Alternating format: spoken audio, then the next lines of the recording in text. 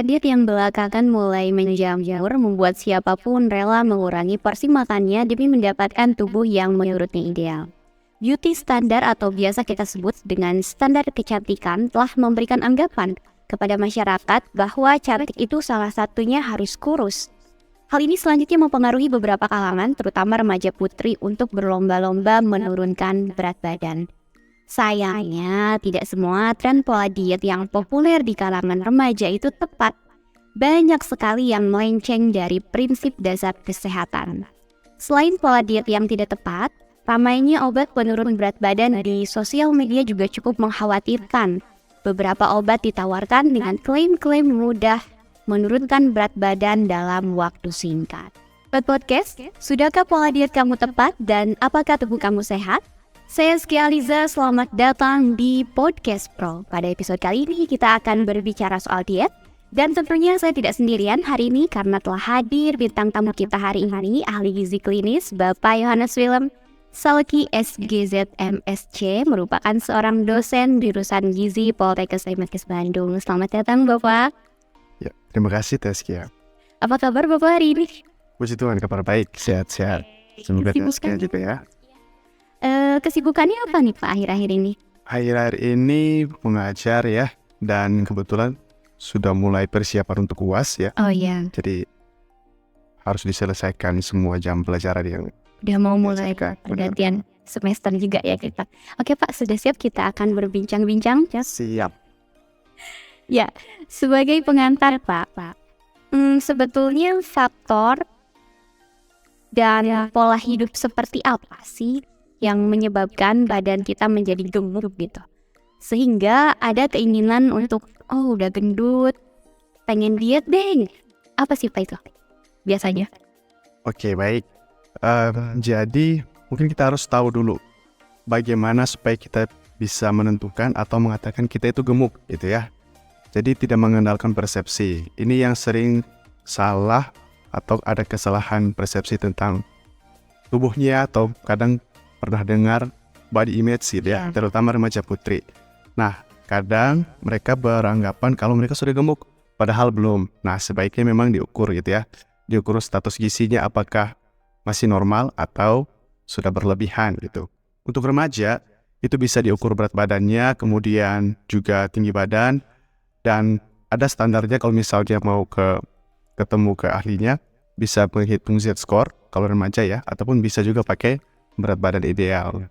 Nah, yang membuat kita gemuk sebenarnya prinsipnya itu cuman letaknya ada di keseimbangan energi gitu ya.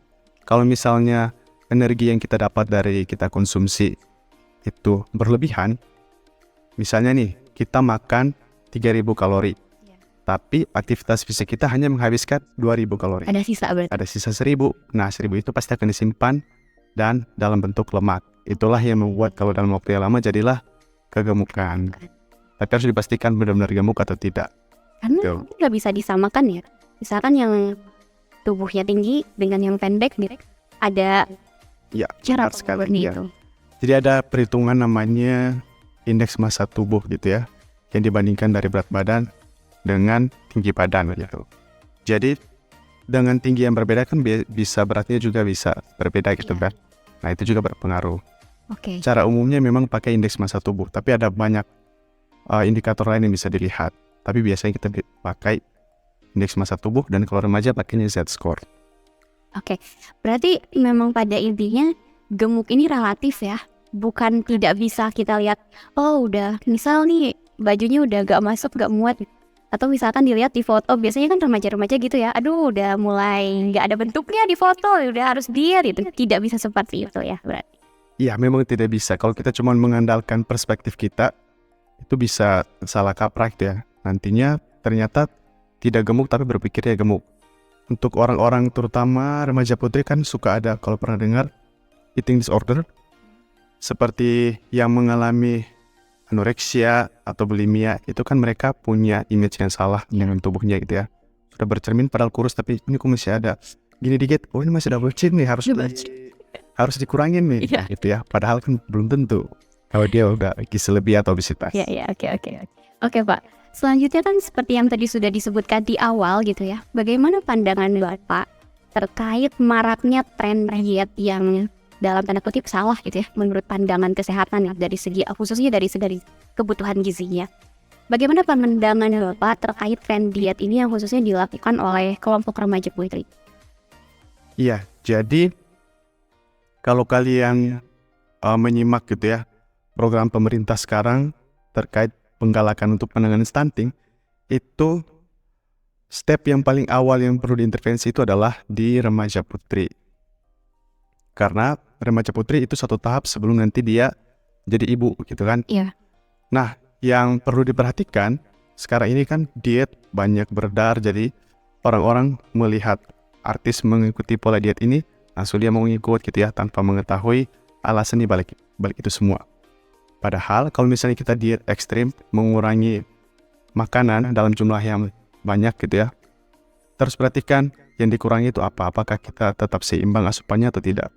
Karena bukan cuman perkara mengurangi karbohidrat ya, paling sering kan kayak gitu ya, Iya. tidak makan nasi gitu ya. Padahal tubuh kita butuh energi itu dipenuhi dulu, energi udah sesuai, barulah dia bisa pakai yang lain. Contohnya misalnya protein. Protein itu kan sangat penting di dalam tubuh kita, baik itu untuk sistem imun, kemudian sintesis hormon juga bisa butuh protein, dan juga enzim-enzim. Dan di sel kita tuh setiap hari ada sintesis protein. Ketika kita asupan energinya kurang, katakanlah nasi ya, dari karbohidrat kurang, maka dia akan ambil sumber lain, yang jadi bahaya kalau protein pun dipakai sebagai sumber energi. Nah itu, kalau terjadi di remaja, jadi kita itu dalam usia hidup ada 2 kali jendela di mana terjadi percepatan pertumbuhan, yaitu di usia balita dan juga remaja. Masalahnya, kalau di remaja, kalau kita diet ekstrim, nanti pertumbuhannya jadi tidak optimal gitu ya. Makanya perlu diperhatikan. Selain tidak optimal itu, mungkin kalian pernah dengar juga ya, kalau dulu kan biasanya ada istilah gizi kurang, gizi lebih, double burden ya. Sekarang bahkan ada yang sudah mengkategorikan menjadi triple burden. Dengan yang ketiga itu adalah defisiensi mikronutrien. Kalau di remaja putri, itu zat besi, kaitannya ke anemia.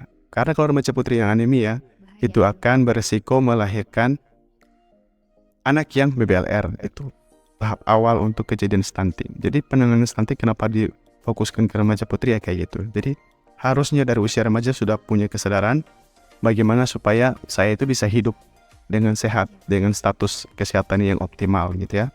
Dari pola hidup, pola makan, dan juga aktivitas fisik. Karena dampaknya juga jangka panjang sampai ke keturunan kita nantinya. Oke.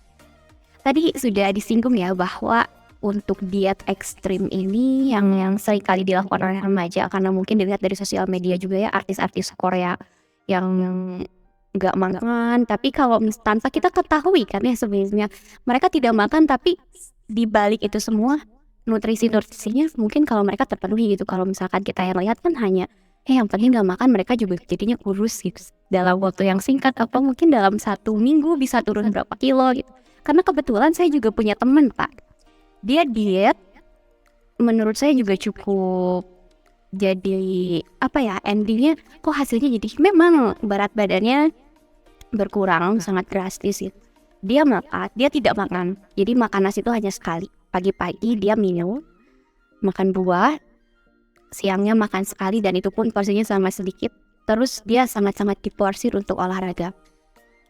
Dan itu memang terlihat berat badannya turun drastis, perbedaannya juga dalam waktu yang cukup singkat itu. Sebetulnya kalau misalkan seperti itu, aman nggak sih Pak? Nah, kalau misalnya ditanya penurunan berat badannya aman, itu memang secara teori gitu ya, paling aman bisa itu 1 minggu turunnya setengah kilo, 500 gram. Nah, kalau misalnya turunnya terlalu ekstrim, yang perlu diperhatikan itu ya tadi yang saya sebutkan. Kalau misalnya dia asupannya kurang, nanti pemenuhan yang lainnya bagaimana? Misalnya contoh tadi, tidak makan nasi, cuma makan buah, olahraga gitu kan. Secara teori gitu, kita paling tidak butuh 130 gram karbohidrat satu hari. Karena terutama di sel saraf dan juga sel darah merah, dia nggak mau yang lain selain glukosa. Itulah kenapa kalau kalian pernah belajar itu ada istilah namanya gluconeogenesis. Jadi tubuh kita akan berusaha untuk membuat glukosa baru untuk ngasih ke otak dan juga ke sel darah merah. Itulah kenapa kalau kita konsumsi tetap harus ada karbohidrat di situ. Makanya saya bilang di awal, penuhi dulu standar energinya, baru bisa berpikir yang lain. Karena kalau misalnya energinya terlalu kurang ekstrim, bisa dipakai protein yang dibutuhkan untuk fungsi yang lain tadi, malah dipakai untuk sumber energi. Itu baru dari sisi protein. Belum tadi kalau saya bilang triple burden, salah satunya defisiensi mikronutrien. Nah, ketika asupan kita kurang, itu juga sangat berisiko untuk kekurangan vitamin dan mineral. Ya, seperti itu. Misalnya tadi dia cuma makan buah. Padahal asupan zat besinya datang dari mana gitu kan. Tidak bisa dari buah. Harus dari paling tidak gitu ya, dari nabati. Tapi yang paling bagus memang harus dari protein hewani yang kaya akan zat besi yang hem lah istilahnya. Lebih bagus nilainya. Oke. Selanjutnya Pak, selain tadi ya mengurangi porsi makan secara ekstrim yang sudah kita bahas gitu. Belakangan ini juga mulai banyak produk-produk diet yang dipasarkan yang harganya bersahabat lah ya dengan kantong-kantong mahasiswa gitu, remaja-remaja yang akhirnya tergiur dikonsumsi atau biasa kita sebut dengan produk obat, produk-produk pelangsing. Sebetulnya ini juga aman nggak dan efektifkah menggunakan obat-obatan seperti ini di samping tadi kebutuhan-kebutuhan gizi kita yang terpenuhi maupun tidak gitu. Iya, jadi tergantung dari jenis obatnya itu apa. Kalau misalnya, kan banyak produk ya, saya juga mengamati, ada produk yang keunggulannya itu adalah serat. Jadi katanya dengan seratnya lebih tinggi, jadi bisa membantu mengurangi berat badan. Benar, itu benar. Tapi kita nggak perlu mengeluarkan uang sebanyak itu untuk meningkatkan serat. Kita makan aja sayuran, gitu kan. Yang lebih bahaya itu kalau obat pelangsing yang dia menginduksi supaya kita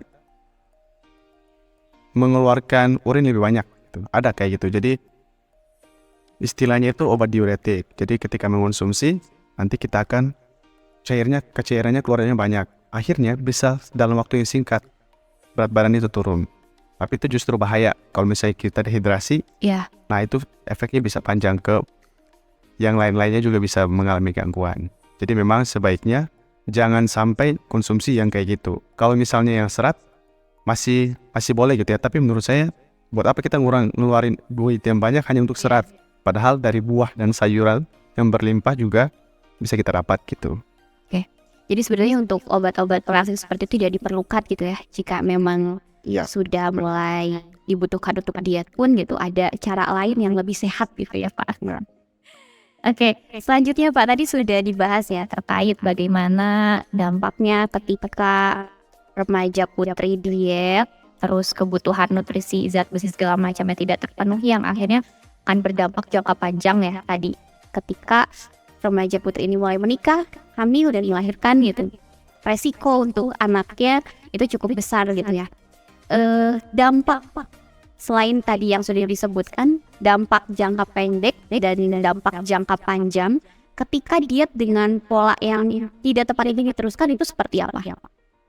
Iya, kalau yang jangka pendek mungkin bisa kita lihat dari performance-nya ya. Jadi misalnya ini anak sekolah atau anak kuliah atau orang kantoran, ketika dia dietnya ekstrim, terus pada akhirnya membuat dia menjadi anemia, misalnya gitu ya, defisiensi zat besi.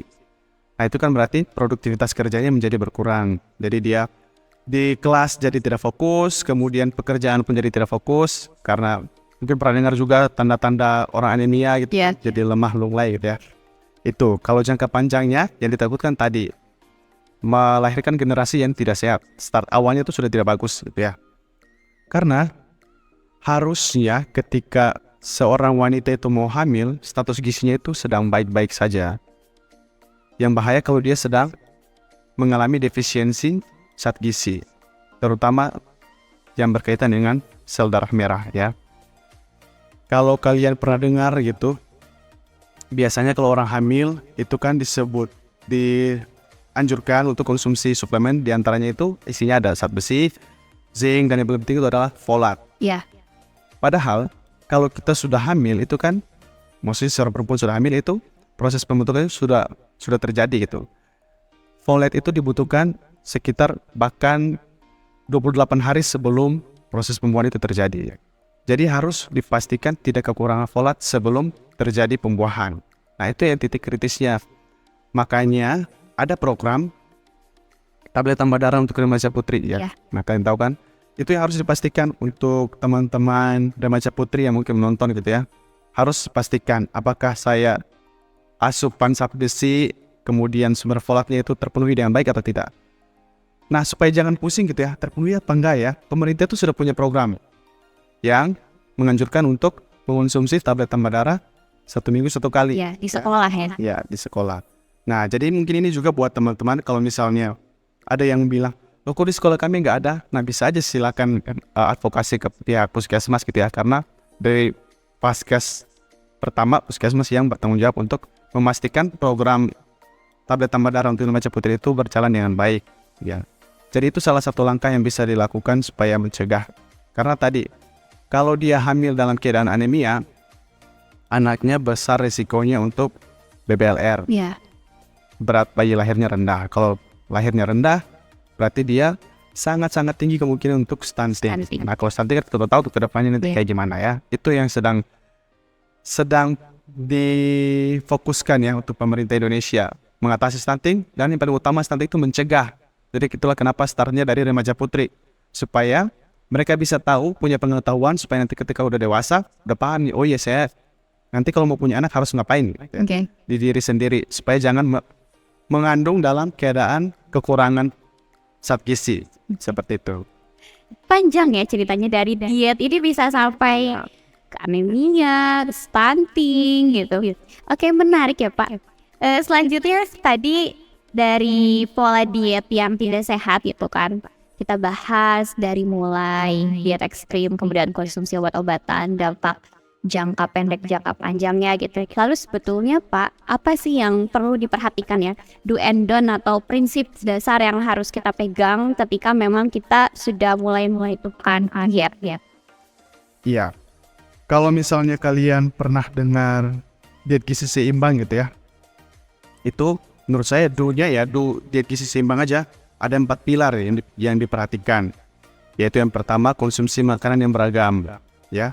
Kenapa kita dianjurkan untuk konsumsi beragam? Karena tidak ada satu bahan makanan yang dia itu mengandung semuanya yang dibutuhkan oleh tubuh. Itulah kenapa kita perlu variasi. Jadi konsumsinya harus beragam gitu ya. Kemudian yang kedua, pola hidup bersih dan sehat ya. Karena kalau kita tidak bersih, tidak menjaga higienitas, bisa kena penyakit infeksi gitu ya. Malah meningkatkan risiko untuk kekurangan gizi. Kemudian yang ketiga, aktivitas fisik. Nah, kalau misalnya kita mau menjaga berat badan, harus juga dibarengi dengan aktivitas fisik ya, supaya tubuh kita, otot-otot juga menyesuaikan, jadi bisa membantu kita dalam menjaga berat badan, tidak hanya mengurangi makan saja, karena tadi risiko nanti kekurangan mikronutrien justru ya. Kemudian yang terakhir, pantau berat badan. Makanya tadi di awal saya bilang, harus tahu dulu beneran itu secara terukur, benar-benar gizi lebih, atau hanya perasaan kita saja. Jangan mengandalkan perasaan, kita harus ukur gitu ya. Itu 4 pilar. Kemudian ada visualisasinya. Jadi ada tumpeng gizi dan juga ada isi piringku ya. Nah, paling mudah memang isi piringku. Jadi itu kan sudah ada pembagiannya. Seberapa banyak isinya sayur, kemudian isinya lauk hewani, lauk nabati, dan juga buah-buahan gitu ya. Nah, itu yang perlu diperhatikan. Kalau misalnya kalian browsing aja bisa langsung udah dapat gitu. Kalau mau secara simpelnya gitu ya. Jadi kan piring itu dibagi 3 ya. Iya. Dibagi 3, sepertiganya itu sayur. Sepertiganya sayur, sepertiganya nasi. Jadi jumlah nasi dan sayur itu sama banyaknya. Kalau kita lihat sekarang kan di warung-warung gitu ya, nasi pasti lebih banyak kan. Nah, padahal sumber serat tadi yang kita harus beli mahal, obat-obat itu udah dari sayur itu ya. Kemudian vitamin mineral juga dari sayur itu. Nah, sepertiga itu nasi dan sayur. Sepertiganya lagi itu dibagi 2 untuk buah dan juga lauk. Gitu. Jadi kalau misalnya mau dibuat simple banget lagi gitu, satu piringnya separohnya itu isinya sayur dan buah gitu. Jadi supaya kita juga asupan serat juga meningkat. Karena kalau dilihat dari hasil survei konsumsi, memang Indonesia konsumsi serat masih sangat rendah gitu ya. selain aktivitas yang rendah gitu. Iya. Jadi memang banyak hal yang perlu diperbaiki. Oke. Harapannya memang anak-anak remaja gitu sudah punya kesadaran ya, dan mulai dari diri sendiri. Karena bayangkan kalau misalnya remaja putri sudah sadar nih ya, nanti ketika dia menikah, dia pun nanti akan membina anak-anaknya gitu ya. Kemudian membina, mengatur, mengontrol makan di rumahnya, itu kan paling besar kemungkinan perannya itu kan ada di Dari ibu gitu ya. Nah, kalau ibunya sudah terdidik dengan baik, makanya ada istilah, kalau kamu mendidik laki-laki maka kamu akan mendidik laki-laki. Tapi kalau kamu mendidik perempuan, kamu mendidik sebuah bangsa yang baru, Iya. gitu kan? Karena memang bangsa yang Kuncinya ya. perempuan, iya. Oke. Selanjutnya Pak, ketika tadi kita sudah mendapatkan berat badan yang ideal ya, yang diinginkan. Bagaimanakah untuk kita menjaga caranya ya untuk menjaga berat badan ini tetap ideal, tetap stabil? Nah, tadi yang saya sebutkan itu ya, yang ada 4 pilar tadi. Yang pertama itu kan konsumsi makan beragam, kedua itu perilaku hidup bersih sehat, kemudian yang ketiga aktivitas fisik ya. Jadi kita juga harus tetap melakukan aktivitas fisik.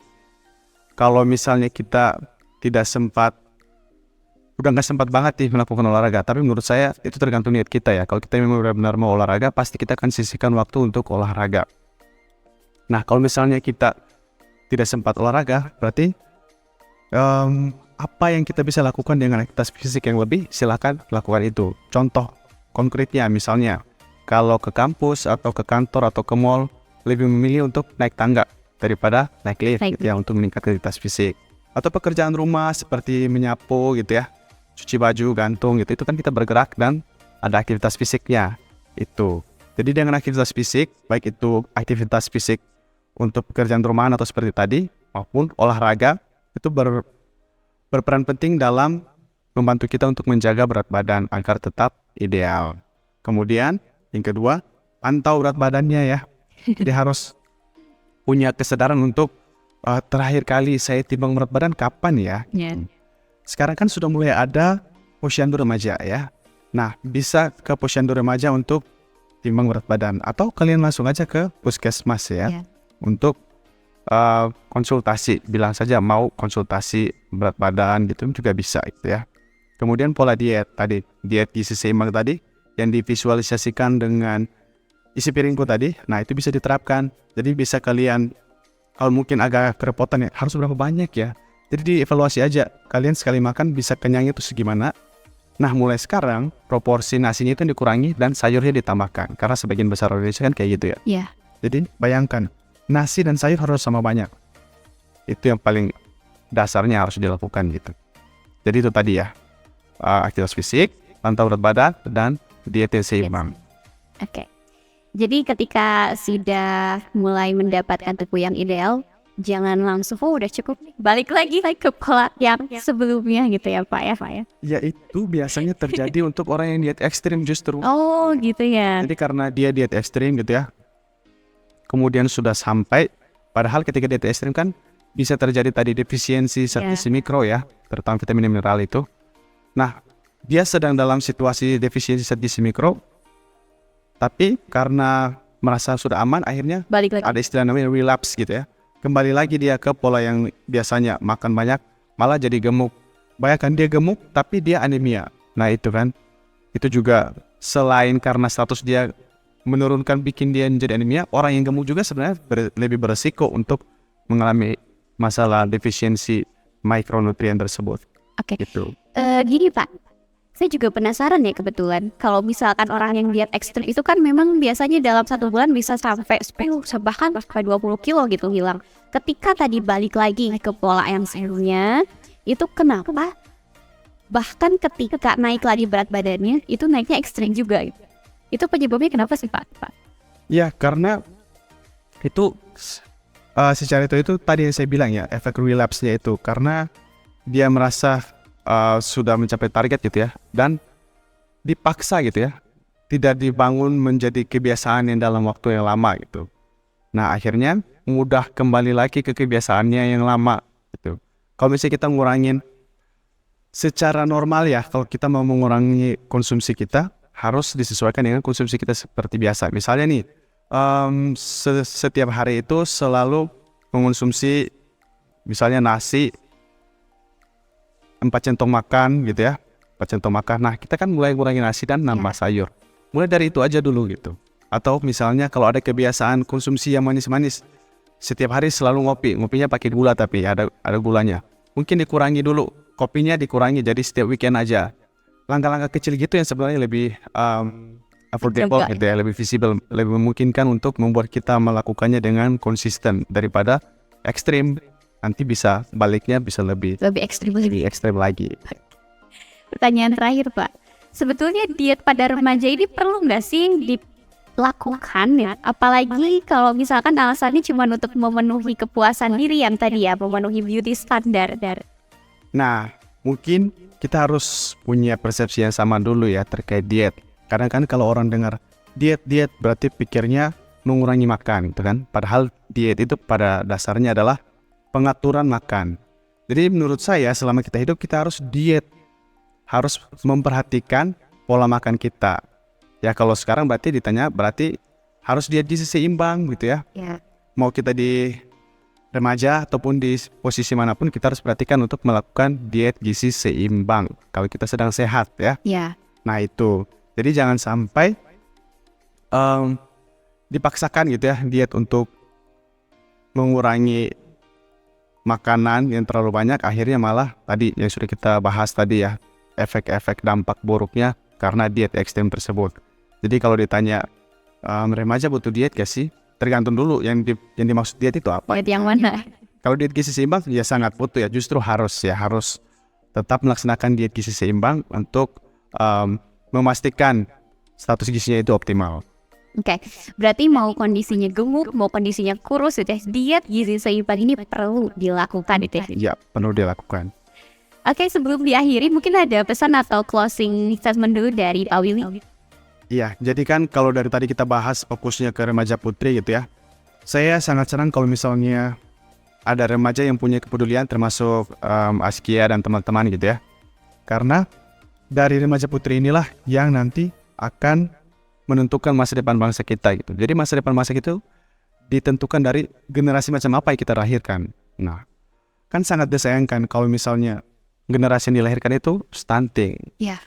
Lebih baik kita itu mencegah, karena kalau dia sudah stunting, ya sih masih ada waktu sampai 2 tahun ya, sampai 2 tahun. Tapi kalau 2 tahun gak kekejar, itu yang bahaya. Setelah 2 tahun masih bisa, tinggi badannya itu masih bisa kejar gitu ya. Bahkan di remaja masih bisa ada periode kedua itu ya. Tapi yang periode emas itu, otaknya dia gitu ya, perkembangan otaknya. Kan tadi saya bilang, protein itu dipakai untuk membangun. Bisa dibayangkan kalau misalnya, karena dietnya kurang, protein dipakai untuk sumber energi, akhirnya Habis. buat bentuk otak dan sebagainya menjadi tidak maksimal gitu. Nah, jadi jangan sampai karena ego kita ya mau terlihat cantik yang walaupun belum terkonfirmasi dengan perhitungan secara status gizi gitu ya. Apakah itu benar-benar sehat atau enggak? Nah, itu malah mempengaruhi keturunan kita ke depannya. Itu yang harus dipastikan supaya jangan sampai kita melahirkan generasi berikut yang tidak optimal. Harusnya optimal supaya Indonesia bisa lebih maju. Oke, mantap sekali.